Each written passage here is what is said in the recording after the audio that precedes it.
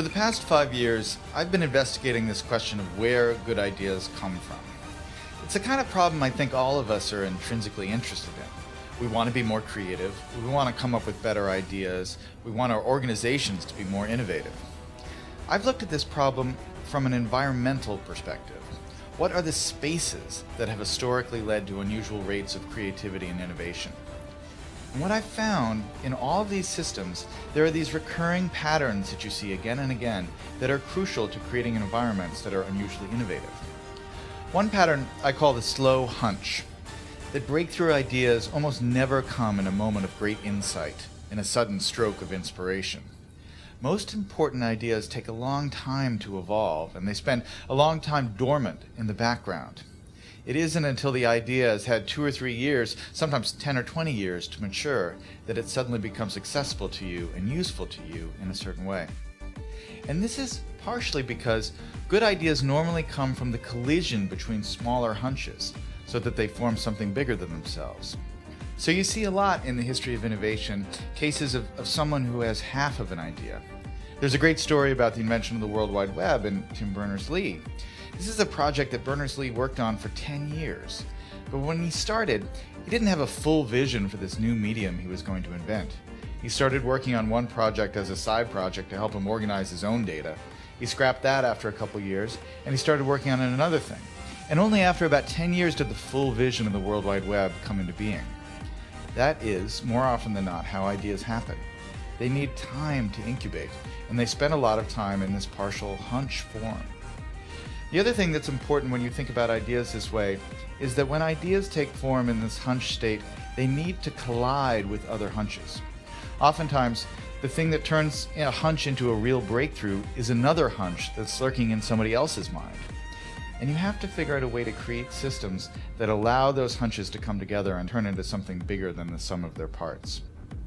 That's why, for instance, the coffee house in the age of the Enlightenment, or the Parisian salons of modernism, were such engines of creativity, because they created a space where ideas could mingle and swap and create new forms.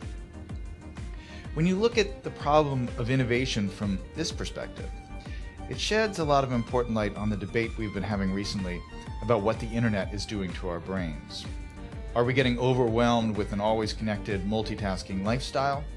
And is that going to lead to less sophisticated thoughts as we move away from the slower, deeper, contemplative state of reading, for instance? Obviously, I'm a big fan of reading, but I think it's important to remember that the great driver of scientific innovation and technological innovation has been the historic increase in connectivity and our ability to reach out and exchange ideas with other people, and to borrow other people's hunches and combine them with our hunches and turn them into something new. That really has, I think, been, more than anything else, the primary engine of creativity and innovation over the last 600 or 700 years. And so yes, it's true we're more distracted. But what has happened that is really miraculous and marvelous over the last 15 years is that we have so many new ways to connect and so many new ways to reach out and find other people who have that missing piece that will complete the idea we're working on, or to stumble serendipitously across some amazing new piece of information that we can use to build and improve our own ideas. That's the real lesson of where good ideas come from, that chance favors the connected mind.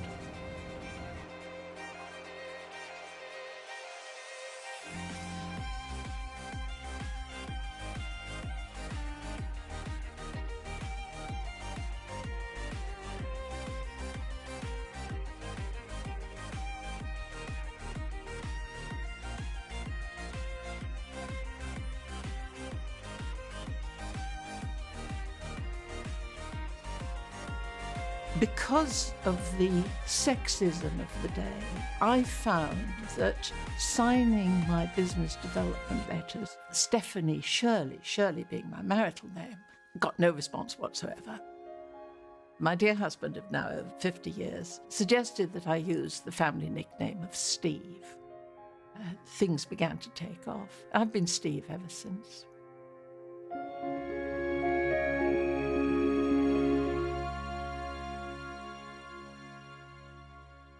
I was born in Germany at a time of horrendous discrimination, and my parents did a very brave thing. They organised for me to come to England into the arms of strangers on something called a kinder transport, which brought 10,000 unaccompanied child refugees to this country in 38 and 39. That 2.5-day journey with the preceding problems associated with it has made an enormous difference to my life. I loved mathematics even at school, and much to my school's horror, I wanted to study mathematics, and girls' schools in those days didn't really do science. I really fought to be taught mathematics and had to transfer to the boys' school, and that was a useful introduction to the sexism of the workforce when I actually joined them. I lived in the country, and like many people really, I came to London because that was where everything was happening. My mother bought a little house, and a lodger that she had living with her at the time introduced me to the Post Office Research Station at Dollis Hill. It was a hotbed of about 2,000 graduates, all male. It had a great portico in the front. Research is the door to tomorrow. It made a big impression on me and many other people. I left the public sector in the late 50s and went and worked in private industry for the computer manufacturer ICL. Everybody would have coffee together in the canteen every day because that was where people interchanged information. We were not in little silos. I was a mathematician, you're a scientist, he's an engineer.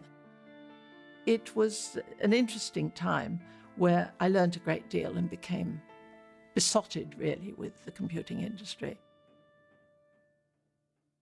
The reason that I left after a relatively short time was that I hit the glass ceiling. No matter what I tried to do there, I was getting blocked.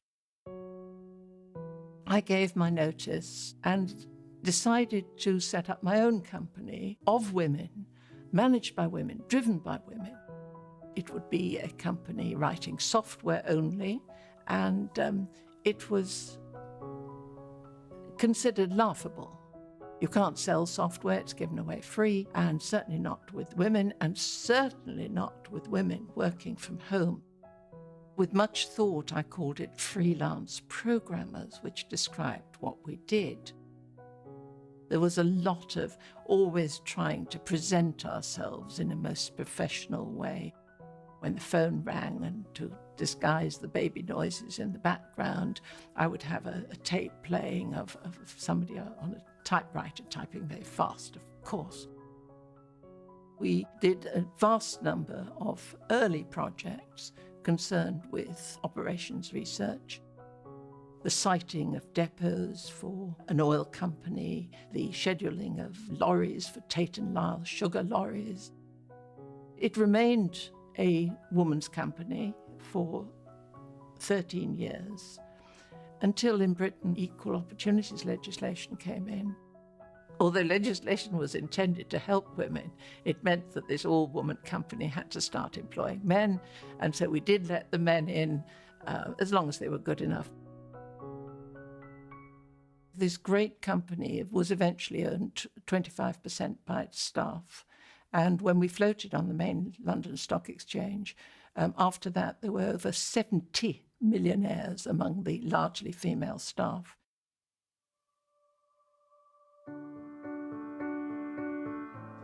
The fact that I nearly died in the Holocaust means that I'm very motivated to make sure that each day is worth living, that my life was worth saving, and that is as strong today, 75 years on. I had built a determination that I was not going to let other people define me, to break through, to do something new, to not be put off by the conventions of the day.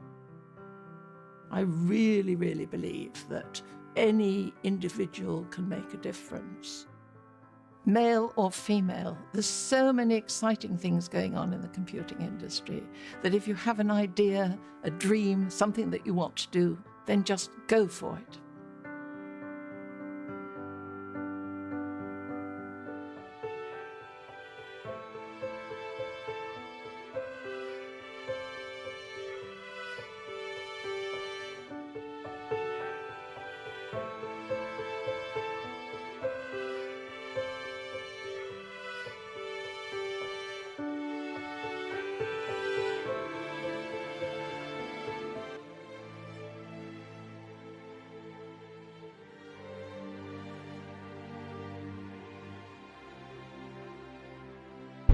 I want to represent an idea. I want to represent possibilities.